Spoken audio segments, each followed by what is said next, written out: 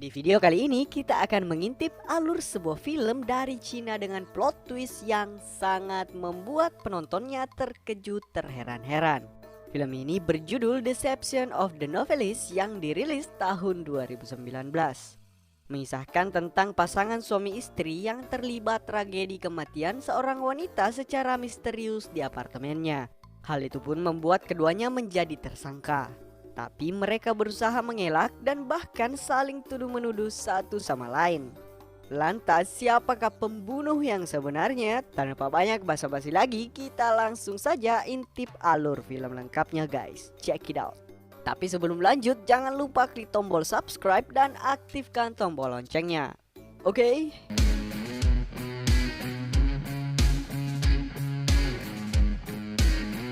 Film dibuka dengan seorang pria bernama Jai yang merupakan seorang penulis novel.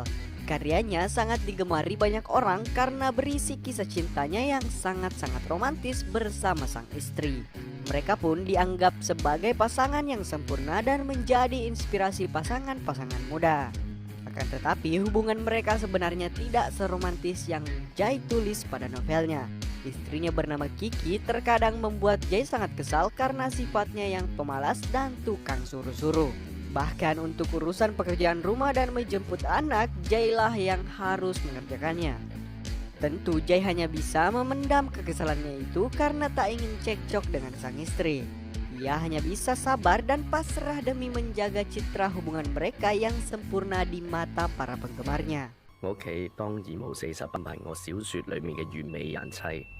Lanjut, selain pekerjaannya sebagai penulis, Jai juga mempunyai bisnis apartemen yang ia warisi dari orang tuanya. Kebetulan Jai juga tinggal di apartemen tersebut. Suatu hari, seorang wanita bernama Elaine datang dan ingin menyewa salah satu kamar di apartemennya. Setelah melihat-lihat, Elaine pergi dan tak sengaja meninggalkan tas belanjanya yang berisi pakaian dalam. Jai pun membawa barang itu pulang dan mulai berfantasi liar tentang Elaine. Tiba-tiba Elaine menelpon Jai dan meminta diskon biaya sewa apartemennya. Karena baik hati, Jai pun sepakat dan meminta Elaine untuk segera menandatangani kontrak.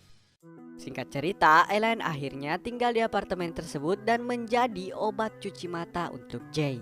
Suatu malam, Elaine mentransfer pembayaran yang hanya setengah dari harga sewa. Elaine beralasan kalau isi rekeningnya tidak cukup. Lantas ia meminta Jai datang ke kamarnya untuk mengambil langsung sisanya secara tunai. Demi serabi lempit, maksudnya demi uang sewa, Jai pun bergegas ke kamar Elaine dan berbohong pada istrinya. Di sana ia disambut oleh Elaine yang sudah dalam mode siap tempur. Dengan sangat manja, Elaine beralasan tidak sanggup membayar sisa uangnya. Ia lantas menawarkan untuk membagi biaya sewa berdua bersama Jai. Dengan begitu, Jai bisa kapan saja datang menginap di dalam kamarnya. Awalnya Jai merasa ragu-ragu, tapi rayuan manja Elaine membuat Jai jadi panas dingin. Akhirnya ia tak sanggup lagi menahan gejolak di dalam celananya dan terjadilah adegan mantap-mantap.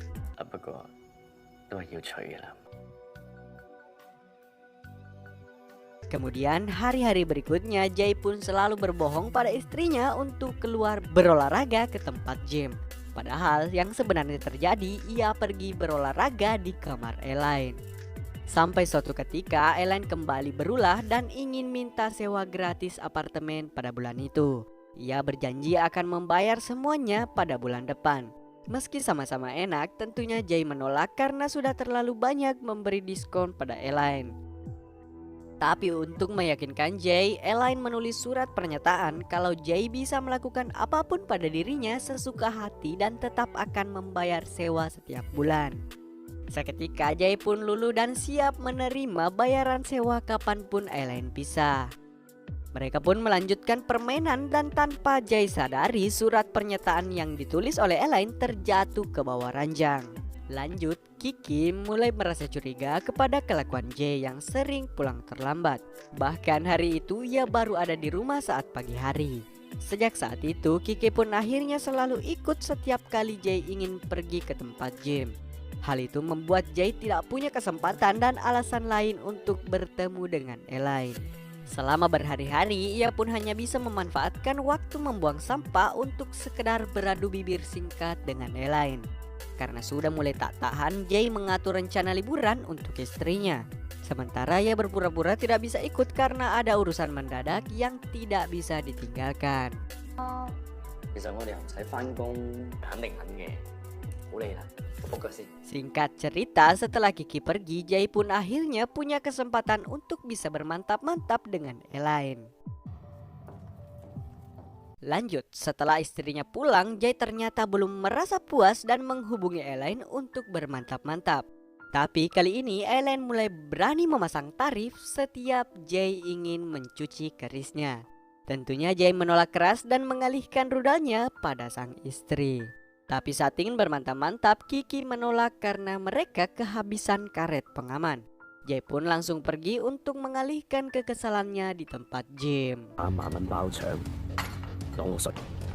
Singkat cerita, pada suatu hari Jay panik karena Elaine membawa pergi anaknya tanpa sepengetahuannya. Ia pun bergegas mencari Elaine untuk memastikan anaknya baik-baik saja. Untungnya Jay tepat waktu dan menemukan mereka di sebuah taman. Kali ini Elaine merayu Jay dan ingin meminjam uang yang jumlahnya tidak sedikit. Jay pun hanya bisa pasrah karena Elaine mengancam akan membeberkan hubungan terlarang mereka. Kelakuan Elaine tak berhenti sampai di situ. Elaine semakin memeras Jay dan meminta uang yang lebih besar dari sebelumnya. Bahkan ia mengancam akan menyebarkan video mantap-mantap mereka apabila Jay tidak menuruti kemauannya.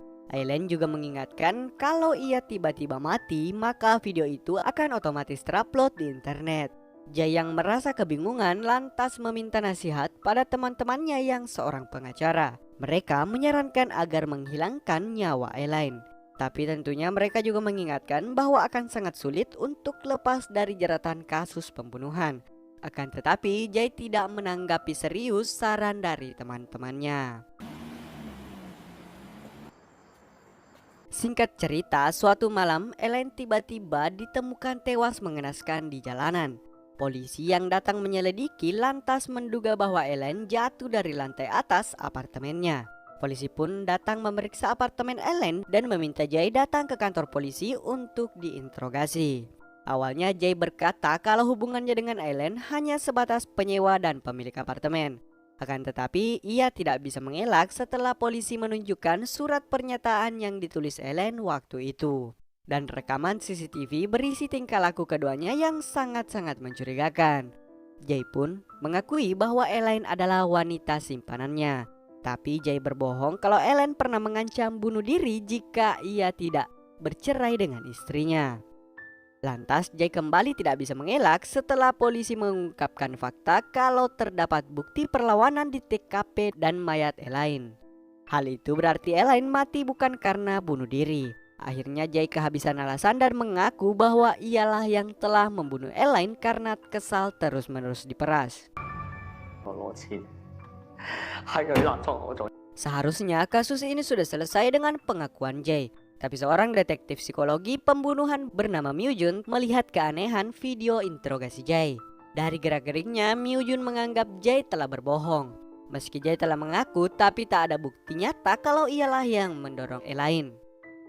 Penyelidikan lanjutan pun dilakukan di apartemen Jay. Polisi menemukan buku diari istrinya yang berisi curahan kemarahan atas perselingkuhan Jay dan rencananya balas dendam pada Elaine. Polisi lalu membawa Kiki ke kantor untuk diinterogasi. Myu Jin lalu menunjukkan buku diari dan serat baju milik Kiki yang ditemukan di TKP. Myu Jin juga menambahkan bahwa Jay tidak ada di TKP saat kejadian berlangsung. Semua bukti dan fakta tersebut mengarah pada Kiki. Bahkan setelah diselidiki, ternyata Kiki mempunyai riwayat penyakit mental dan sering lepas kontrol. Myu Jin pun menyimpulkan bahwa Kiki lah yang telah membunuh Elaine karena menggila setelah ia tahu perselingkuhan suaminya. Tapi Kiki menolak semua tuduhan tersebut dan menganggap dirinya telah dijebak. Polisi pun kebingungan dan memilih membebaskan keduanya. Tapi tentu saja tetap dalam pengawasan.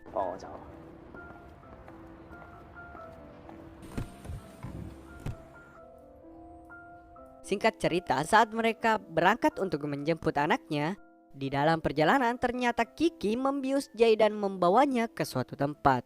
Setelah sadar, Kiki langsung protes pada Jay karena telah menjebaknya sehingga ia dikejar-kejar oleh polisi. Lantas Jay balik menyalahkan Kiki yang ternyata dari awal sengaja menyewa Elaine untuk mendekati suaminya sendiri. Jadi atas perintah Kiki, Elaine diminta untuk merekam mantap-mantapnya dengan Jay. Nantinya video itu akan Kiki gunakan untuk merusak reputasi suaminya. Kenapa? Karena Kiki sangat membenci Jay yang begitu munafik penjual kebohongan tentang hubungan mereka dalam karya novelnya. Akan tetapi keserakahan Elaine luput dari perhitungan Kiki. Elaine justru menggunakan video itu untuk memeras Jay dengan uang yang lebih banyak ketimbang bayaran dari Kiki. Lanjut, Kiki pun melampiaskan kemarahannya dengan menampar Jay berkali-kali. Kemudian Jay melawan dan berhasil melepaskan diri. Akan tetapi dengan kondisinya yang terluka, Jay kembali ditangkap kemudian diikat pada alat pemotong kayu. Untungnya polisi datang tepat waktu dan berhasil menyelamatkan nyawa Jay. Sementara Kiki pun langsung diringkus polisi. Singkat cerita, akhir film memperlihatkan fakta bagaimana Jay merencanakan dan mengeksekusi dengan rapi kematian Elaine. Jay menulis buku diari istrinya dan membuat rekam medis sakit mental palsu sehingga polisi percaya bahwa istrinya memang gila. Jay lalu membius Elaine dan merekayasa kematiannya dengan pakaian istrinya. Bahkan Jay juga membuat mesin pelontar otomatis agar Elaine seakan-akan mati didorong oleh seseorang dan membuat alibi dirinya berada di tempat lain ketika kejadian berlangsung. Setelah peristiwa itu, Kiki lalu ditangkap dan masuk ke rumah sakit jiwa. Sementara Jay lepas dari segala tuntutan dan hidup bebas bersama putranya. Dan film pun selesai.